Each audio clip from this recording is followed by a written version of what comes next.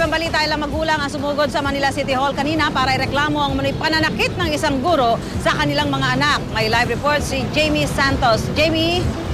Susan, dumulog sa Department of Social Welfare ng Manila City Hall ang ilang magulang para ireklamo ang umunoy pananakit ng gurong si Leslie Aidalia sa mga anak nilang nag-aaral sa Almario Elementary School sa Tondo, Maynila.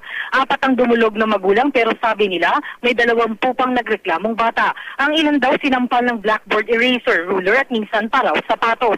Nagbanta pa raw si Miss Aidalia na ibabagsak ang sinumang magsumbong. Ilang estudyante ni Miss Aidalia ang isinama sa DSWD kanina. Pinakita ng batang babae kung paano siya pinarusahan. Pinaharap daw siya sa pader na nakatingkayad ng matagal at di pinayagang mag-CR kahit naihina raw siya sa salawal. Tiniyak ng social worker na tutulungan ang mga magulang na maghain ng reklamong kriminal laban sa guro. Isa sa ilalim naman sa psychological therapy ang mga bata para maibsan ang tinamong trauma. Mula sa DSWD, dumulog din sa Division of City Schools sa DepEd Manila ang mga magulang.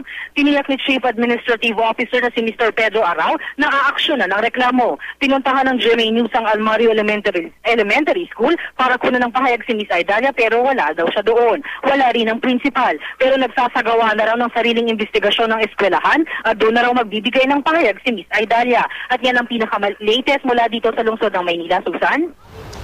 Maraming salamat, Jamie Santos.